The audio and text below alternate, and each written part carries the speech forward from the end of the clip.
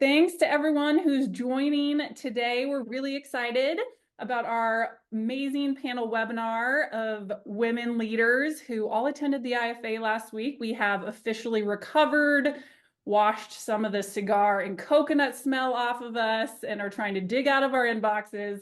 So in the next 40 minutes, we've got all the biggest kind of takeaways and tips that we gathered from the convention to share with you guys.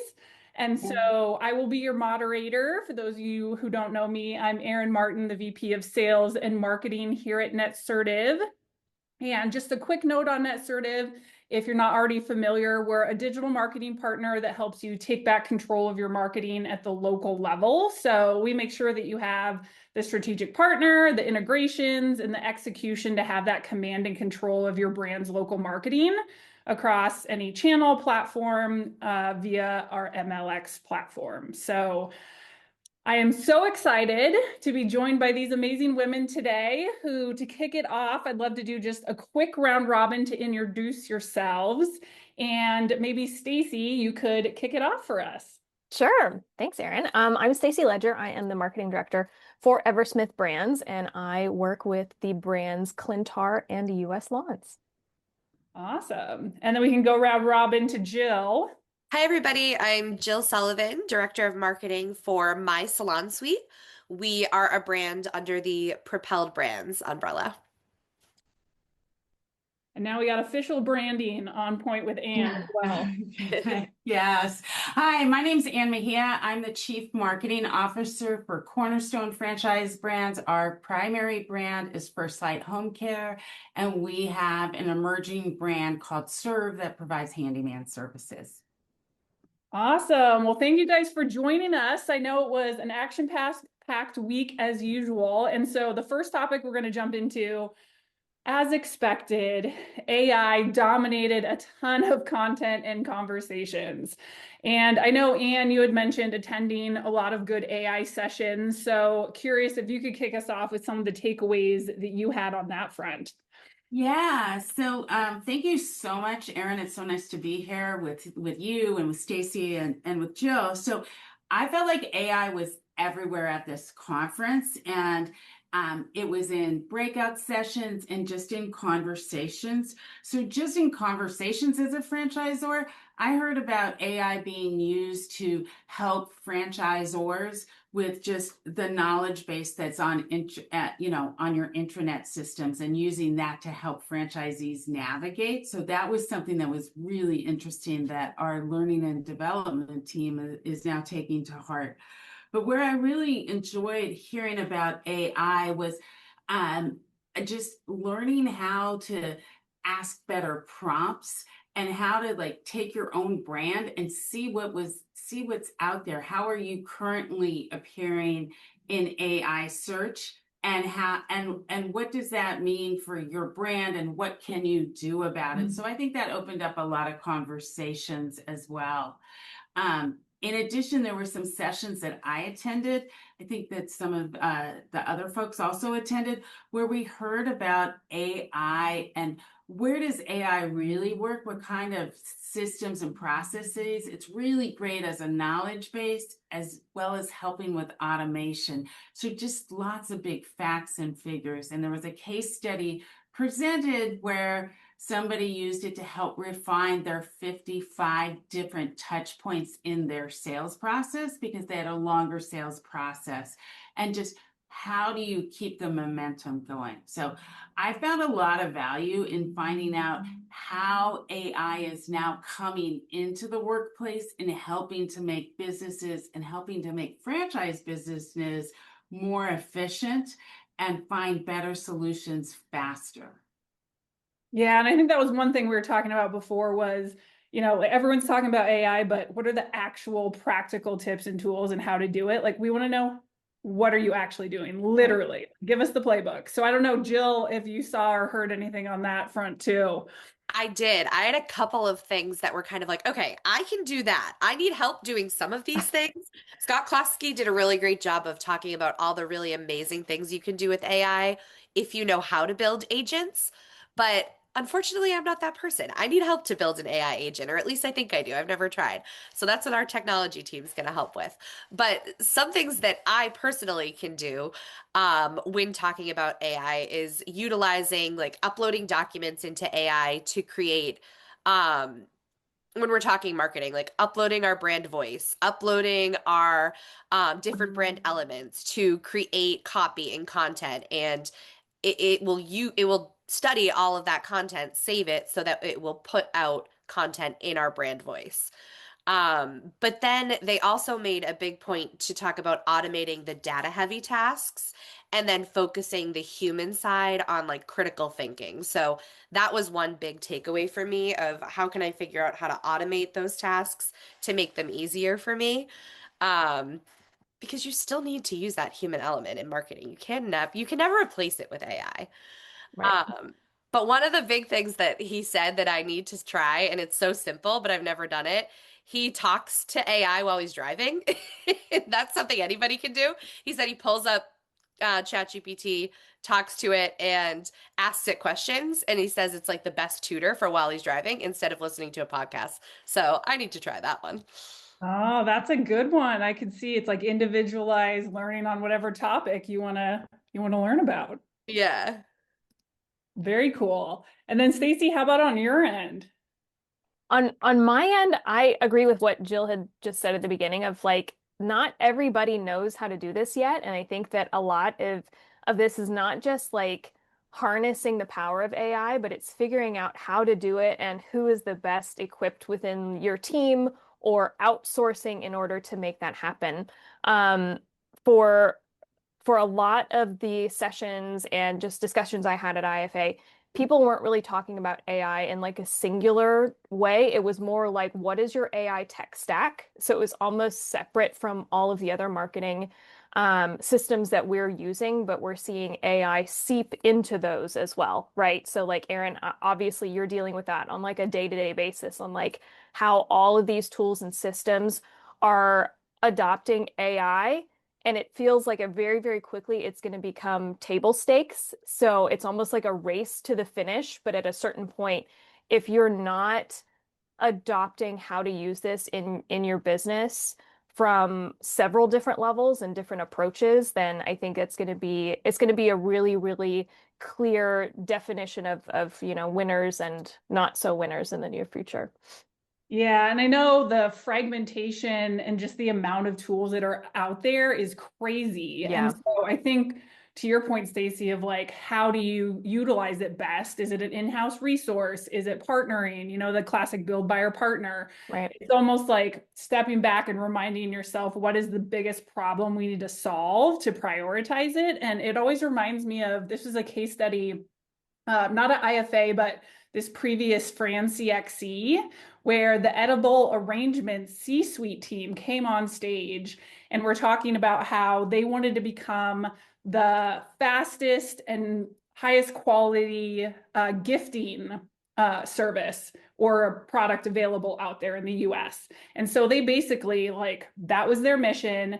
They were going to use AI to make it happen. And so everyone from the CMO to the CFO got super savvy on different AI tools and how to solve that problem. And then today they have basically shipping capabilities that's comparable to Amazon now in terms of Wild. hour delivery, and they're just slaying it for a quick last minute gift because of the application for the whole company of AI, but it's done through the lens of what's the problem we're trying to solve. So I think that's also a good lens when we're trying to think about like what's the greatest shiny thing or tool that there is, because there are so many. Yep. A lot of noise out there. Yes.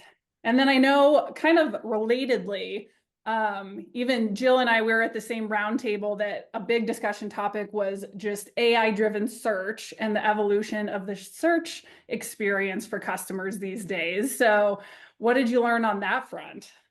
I learned a lot at that roundtable. One of my biggest takeaways and immediate action items that we started implementing, like the Friday I got back, was getting more involved in Reddit. So we've been working on our AI SEO scoring. And at our roundtable, there was a lot of talk about Reddit. And I expressed that it makes me nervous. People are anonymous on Reddit. And I always kind of associated it with negative talk. But the table encouraged me to treat it as like a Google review and represent yourself as the brand, and reply. If it's something negative, just give the user a resource of how they can contact you, but also post resources about your brand. So in our examples, I can say, here's why we recommend my Salon Suite as the best suite for independent beauty pros, and engage with our customers on there, and that will help feed AI search. So we're starting on that right away, and I'm hoping that it brings us some great AI search results. And that one got me curious because I was like, where did Reddit come from? Like, it felt like it's like this brand new thing. And so digging into it, I mean, it makes sense in that LLMs are pulling from it because they're seen as such a user-generated, authentic, trustworthy source. But on top of that, I didn't realize and just learned that in 2024, Reddit signed a partnership with Google. So that also squares now. That I'm like, tracks. okay, here's why it feels like it kind of came out of the blue. Like there's other stuff happening there where, Google's saying this is an authority site now too. Okay. That makes a lot of sense. Yes. So yeah, Reddit is, like how do you be present there is a good one. Uh-huh. And we're already focusing on long form YouTube videos as well. So we've launched a few new YouTube series, but that also just encouraged me to continue with that path. Yeah. Feed AI. Yeah, Stacey, what do you hear on your side on that front? I didn't get into any Reddit conversations, but I have heard that in the past for sure. And even before AI came on, that Reddit was always one of the first search results if you were typing in any kind of like broad question. Um, yeah, so in my round tables, one of the things that I took away was that content creation with AI is a lot more scalable than I had thought before. It seems like maybe I wasn't trying the right tools, or I wasn't really kind of looking at this from a let's take one piece of content and let's figure out how to create it in multiple format, multiple fashions, multiple sizes. But it seemed like that is going to be one of the bigger brand helpers for us on our end, and also helping us with brand protection as well. So there were a few folks that had said that they had built some AI agents that would help them essentially scrape the internet, so to see if we've got bad branding out there, which I'm sure we all have experienced in one way or another. But yeah, keeping our brand secure is a big deal. Yeah, that's a good one. And one thing I had heard too, and it feels like marketers in general are getting their arms around the signals that matter the most in AI-driven search. So we may not have the execution piece down and all of that, within our arms. We at least are understanding a little more of those inputs better and what matters. Like for example, reviews now really, really matter for a lot of the always search engines, but a lot of the LLMs too. And another, I actually just wanted to share this real quick. Tip that I've seen too is basically you can dissect. Let's see if this comes up. I'm doing it live. All right, there's my screen. You can basically dissect if you're in, this is Gemini, but you could do ChatGPT or Perplexity. Basically go in, and here I asked, like, what are some good residential cleaning companies in Littleton, Colorado, where I live? So you can see what it is citing. And then I basically asked it, you could click on those sources, but also asked it, like, what are you actually querying for to get those results? And you can see this is what they're asking to go and pull that information. So reviews. They're looking for content that says top rated, best. There's Reddit. Surprise, surprise. So you can almost reverse engineer a lot of what's happening on these LLMs by just digging in. And then Stacey, to your point, for the content development piece, like, okay, what do we need to work on from a content perspective that feeds this? Or, review management program, whatever it is, to best inform, those tactics. So some of that kind of stuff was pretty interesting. Along those same lines, I had some conversations at IFA around not just Google reviews, but Google Business Profile in general, because using it to its full capabilities, because it can be used just like social Facebook or Instagram. When you're making a social post, you can also make a social post. I spoke at the vendor fair. I spoke with a vendor that says, oh, you can just post a Google Business Profile from right here, and that'll actually double down on your SEO help. So that's something we're starting to implement here as well, because that's content that's already out there. But it just seems overall, and just listening to this conversation, what the LLMs want is really authentic user generated content that says, yeah, that is a legitimate company. So Yeah, and I'm it can excited about only, that. those models can only understand what's out there. So the quality of those inputs that we're feeding it really matter. So like, for example, listings, local listings management and having consistent and accurate listings and business information has always mattered, but now it feels like it matters more because you can't be Exactly. confusing. You can't have, disparate information everywhere. It wants clear, consistent information to be pulling from. It's like a dating profile. That's kind of how I will like explain it to some franchisees. Like if someone was going to go on a date with you, if this was your dating profile, would someone be able to get enough good positive information about you to feel confident and comfortable like asking you on a date, swiping right or left, whichever one it is. And that kind of seems to resonate a little bit. Like this is, to your point, Erin, this is all Google sees. So you need to make sure to consistently feed it the right information so you're seen as the reputable business in the light you want to be perceived at. Yes. Yep, exactly. And I have one more screen share that I love that I want to share because this was actually from not credit to me at all. This is from another franchise marketer, Adam Terranova from Authority Brands. But he put together his own kind of scrappy go-to for what are the AI-driven search signals that should matter. And so this is where I feel like a lot of marketers I talk to are getting their arms around it. It's like, okay, there's different algorithms, but then what are the signals that matter? So he put together this cool, just like scrappy cheat sheet, but you can see all the usual suspects like location pages and the on-page signals obviously really matter. You see reviews bubbling up more. Um, Google Business Profile, like you were saying, and that's a huge one as well. And that one's kind of funny because, again, I think it's a nod to the kind of Google, the system of Google and its dominance in that, like, when have you personally seen a post, like Right. Google Business Profile post? Right. But Yeah. it over indexes on that importance. And so, yeah, most local SEO packages that we put together include a post to 4 posts a month because it is a really big local SEO tactic. Right, exactly. And that it's back to Jill's point about Reddit. Like if Google and Reddit have like the one thing I'd like to tell franchisees on why they should keep their Google business profile updated and post photos there is because Google loves Google. So if Google is now has an alliance with Reddit, Google now loves Reddit as well because it's part of the Google family. So, and that's not a bad thing. I think we all as marketers, we've evolved over the last few, decade or so, however long you've been in marketing. And Google does great things for our businesses. And so, and I agree with Stacy, like this is, the faster we all learn how to do this, the better we're going to be able to serve our franchisees and the more business we're going to be able to generate for them, the more leads, the better. Yeah. And then Jill, to follow up real quick on what you learned about Reddit, what are you guys going to do then for posting and engagement? Like, what are your thoughts around a general plan for that?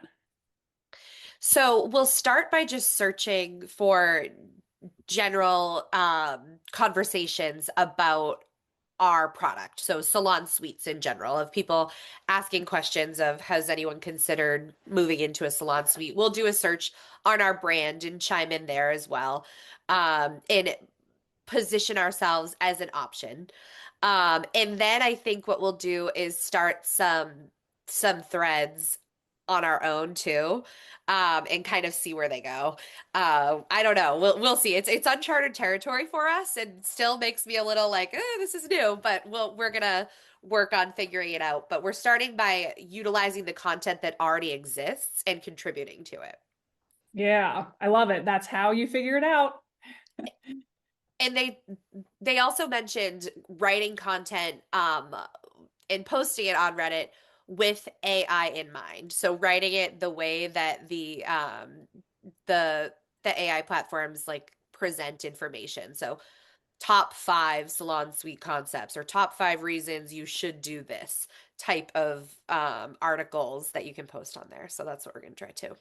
Yeah, that was similarly another tip that I got at, I believe it was the Earned Media Yes. roundtable, where they're talking about, press releases aren't dead, but they need to be structured correctly to be crawled and scraped correctly as well, and can be another great input. Well, there is lots of AI talk. Is there anything that we didn't touch on that comes to mind? That was a lot, and I'm sure there's like a million more conversations from that, but. Well, we're going to get to data, right? Oh, I'm going to Yeah. save AI data tip for that part. And we can dive into data next, because I know that was a big one, both integrations and data, I think has always been on marketers' minds. For me personally, I think this was the first time that I've either seen or heard of marketers having more integrations in their arms around or on a roadmap to want to have integrations so we can truly understand marketing performance tied with revenue. And relatedly, like getting our arms around the data piece as well, since we just sit on such an amazing amount of it. So Jill, I don't know if you want to just go ahead and share what you were thinking top of mind with that one. Yeah, sure. So I was fascinated with the idea of creating those AI agents again, that can analyze how global news can affect your company's performance. So it's like a big picture concept, but he used the State of the Union, which was the night before, as an example of like, could that impact your business, or could things that are happening in the world or in like pop culture, anything affect the way that your company is performing in sales or metrics. So that was just like a big like, I never thought about that before, of ways to predict performance. So I don't know how to start there, but we're gonna work on it. Yeah, I love it. And let's see, Anne, how about on your end? Did you see anything on the data side? Well, I think along the same lines of what Jill was talking about, really, Scott from Future Point of View broke it down to say that, there's different types of intelligence, and where AI is really good is at self-learning and at knowledge. So that whole idea of that, as you start to teach AI your data, you're only going to get better and better at that. So that's really where I think the jumping off point is for me, is like, hey, can I start to use this to take all of my different data points from all of my different agencies, right? So we have social media data points and we have paid media data points. Those come from different agencies, right? And so what is the really true picture? And eventually getting to a point of like, where do we as the marketing team that has, more of a like, okay, I know where the franchisees are at, I know where the businesses are at, where do we start to put more of our effort and emphasis, and being able to say, oh, wow, this isn't just data points that I need to connect or someone on my team needs to be. I'm going to have a more impartial, kind of authoritative voice in AI. So that I'm really excited about where this can go. Did I hear practical? I didn't hear very many practical applications of that, but I think AI continues to evolve, and we still are going to hear more and more about that in the coming 12 months and 24 months and 36 months. Yeah. And something you said reminds me too of Burn Boot Camp was an awesome case study that was shared in the leadership conference on Monday. And I actually had their COO, Amber, on my podcast a while back previous to that. So I heard a little bit more of the backstory of what she was doing behind the scenes to have it be this epic case study. And related to data, she basically said like they are living the marketer's dream right now in terms of having a fully integrated system. But part of that is getting all of the inputs to speak apples to apples. So when you're seeing different channels, different partners, like all streaming in, there's a massive data cleanup project, not to mention if you've got a million SKUs, because it just got a little Frankenstein over time in terms of how you're allocating or, coding revenue. So she basically said they had like almost a year, I think it was like 10 months, what she called a data baby project, like literally just 10 months of data cleanup to get to where they wanted to go. So I think that was a big takeaway for me, is like, sometimes that hard way is the right way, and you just have to grind through the cleanup when you're trying to get to that next stage to be able to harness the data. Yes, I wandered into a conversation at a cocktail party, go figure at IFA, a cocktail party, where someone was talking about AI program called Harmonize that can do just that. Take that project of incubating a baby for over the time. So that's actually a vendor that I'm planning to look at in the coming few weeks to say, hey, are you the vendor that can help me synthesize all of this information? Yeah, that'd be massive time savings right there for Yeah. sure. And Stacy, how about on your end? Yeah, so we definitely, with some of our brands, have issues where all of our data does not come together in that ideal scenario. So it is a lot of manual reaching out to people, pulling reports, trying to make sure that that information is correct. But my team personally has really leaned into AI to help not just take the data that is available, but analyze it in a different view than we're used to doing that. So like taking a little bit more of an in-depth look of like what the value of certain verticals have been to us over time and where we're lacking in terms of focusing on those specifically. Um, what we kind of talked about last time we chatted, Erin, was that sometimes I think everyone does need to be a little bit cautious, because at least the AI models that I've worked with, they can still hallucinate and they can still make Yes. up numbers. And I think that when you do create your own agent, you do have a lot more control over that, or if you're really restricting only the data that you provide it. But sometimes even simple math, it will just absolutely get it wrong, or you'll consistently be like, no, use this number and not that number. So it definitely takes some finagling. So, and I'm definitely interested to hear how that works with the vendor you just mentioned, and maybe I want to hop on board too. Yeah, taking everything with a grain of salt as like a Yeah, potential, but always questioning it. right. Like, don't trust, validate. For sure. And I know one thing that's always top of mind for us is the customer experience and just that changing customer behavior. So curious just on the broader marketing front as well, if there's any cool takeaways or tips that you guys heard, and maybe Stacy, you could kick off this one. Yeah, I mean, I think that we probably hear this every year, but it is consistently harder and harder and harder to get in front of the consumer. And I think that some of the conversations I had, things that were taken away were things like some of the stuff that is even less digital, but a little bit more of that analog is actually coming back. So we're seeing like some retro tactics kind of come back out of the woodwork, where when email marketing came out, I don't know, 15 years ago, that was like everyone went gung-ho into email marketing. But if your inbox is anything like mine on professional and personal, it's absolutely almost unmanageable, the amount of just junk, and I just will mass delete just swaths of emails that I've never even read from companies, right? So people are looking to look into things like direct mail a lot more face-to-face local marketing, a lot more of these kind of traditional going back to basics, because digital and anything that comes through a screen is super, super saturated.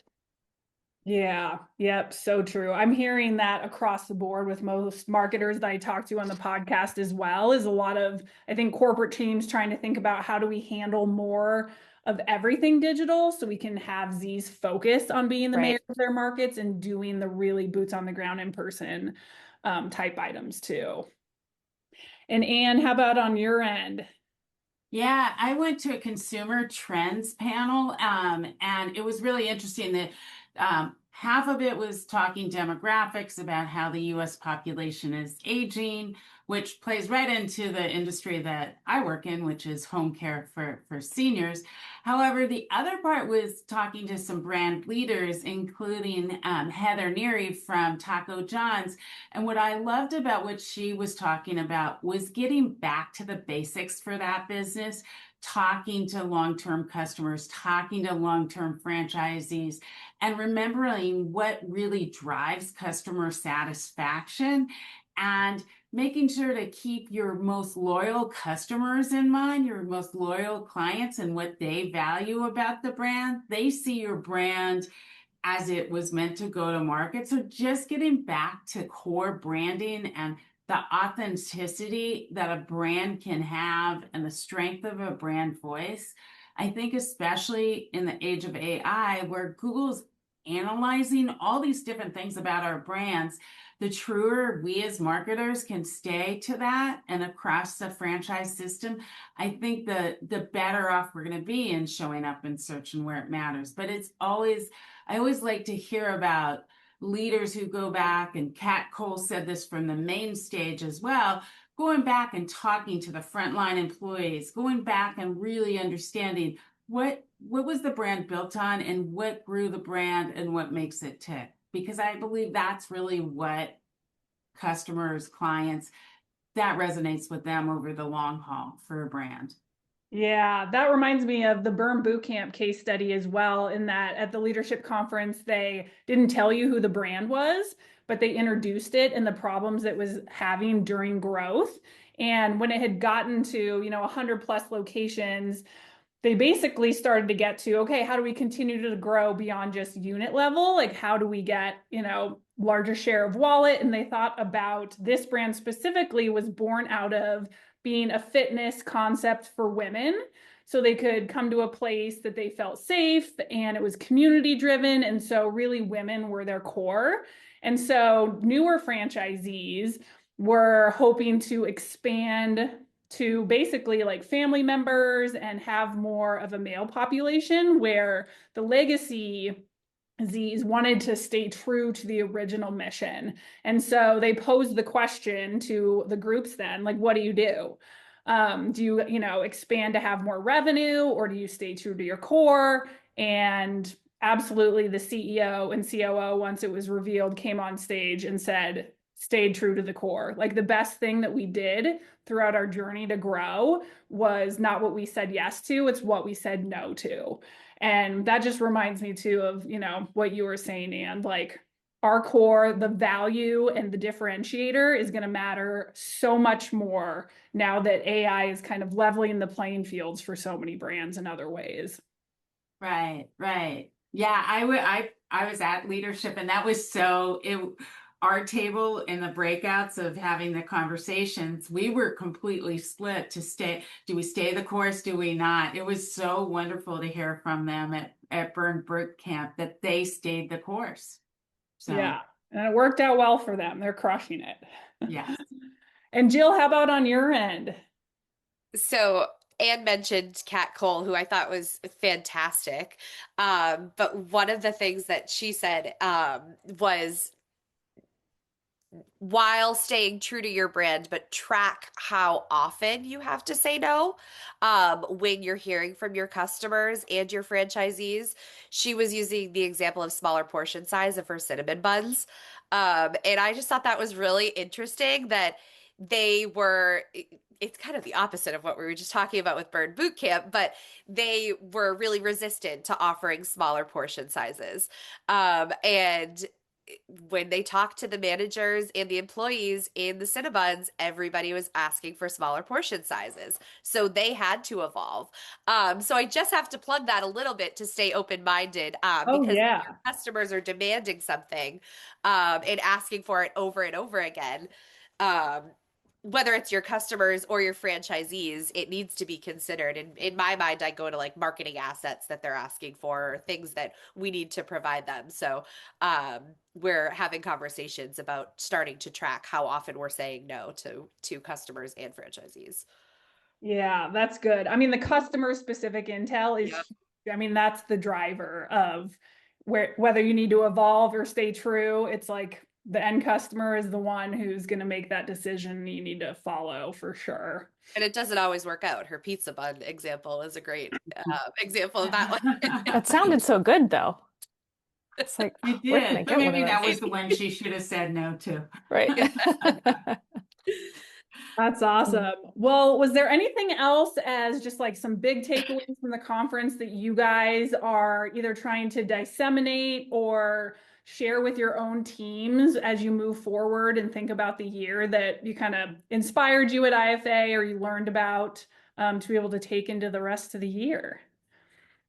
I think for me, a little bit was yes, there's a lot of amazing technology and AI out there, and it is huge, and it is something that we cannot ignore, and we need to do it and do it quickly and act with urgency.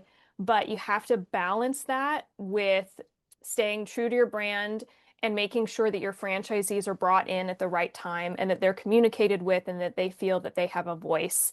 And I think it's very easy to get caught up in the let's do it, let's change this now, let's go here, here's what the technology is doing. And you don't want to make sure that the franchisees get left behind because that can be, that changes the culture of your brand in a very negative way, which doesn't do anything good. So yeah, that breaking down communication, making sure that the right people are brought in at the right time was mentioned a lot, and especially in one of the breakouts I went to. That was a big one for me. Yeah, that's so good because change management at the end of the day is huge with something as big as AI. And I Right. think that's also a good way to explain to franchisees who may be asking, like, why aren't we using this AI tool? Why am I not showing up here? Why, like Constantly. there's a Yeah. million little questions in the weeds about AI and why we're not using it when that could be, leveling up and showing that broader picture. And what we're swimming towards is just a big educational piece to have everyone go on the journey together. Yeah. Yeah. And Jill and Ann, anything else on your guys' end that's like floating in your brain after such a big week? I would just echo that there's a lot of options out there, especially when it comes to AI, but prioritizing two or three that you really need to focus on, um, and doing those items really, really well. Because you're right, there's so many different things that you could do, but going all in on just a few is probably going to move the needle more for you. Yeah. And I think for me, a lot of the initiatives that bubbled up was definitely AI in call centers to Yep. be able to close a Yeah. lead faster, reduce Need inefficiencies, to all of lead. that. That's a big one that people are either implementing or looking at. Now what was the other one? I'm gonna think of it in like 2 seconds, of course. But I'm blanking on it right now. So I know that, yeah, AI in call centers was a big one. AI driven search, getting your arms around that, are some of the biggest ones that I think people are taking action on. Anything else on your end, Anne? Yeah, well, so along the same lines as Stacy and Jill, I think I walked away thinking, wow, it's AI is making it a marketer's dream. There's so many possibilities. And I walked away feeling like I'm not behind, but I want to double down and make sure that I'm putting effort behind AI.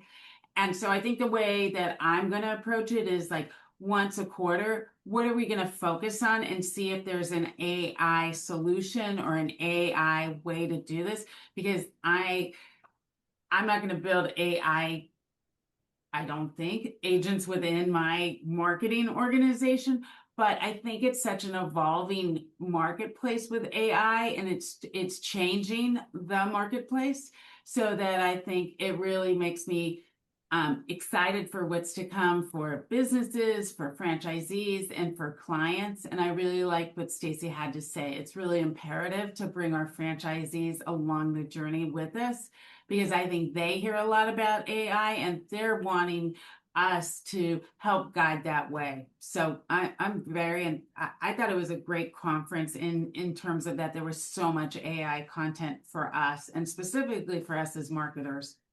Yeah. And that, of course, I remembered it related to how we use AI for franchisees. Another big initiative I see people using is just being able to use agents or collect all the information for training purposes or a knowledge base or marketing, and being able to pull that in so that franchisees can ask questions and therefore free up home office from questions that are, asked a million times and it should be answered in a different way, and be able to just get at different answers in a self-service manner. I think that's another big piece of the training side of it that I see marketers using AI initiatives around too. Yeah. Awesome. Well, thank you, ladies, so much for joining today. I am so glad that we survived Vegas for another year. We'll be there again in no time. And thanks for everyone else who listened in on the webinar. We will have a little PDF of some of the takeaways for you guys to have, and of course, the recording after as well. And thanks again for everyone who's joining, and have a great rest of the day. Thanks so much, Erin. Thanks, Erin. Thank you, ladies. Bye. Bye, guys. Bye.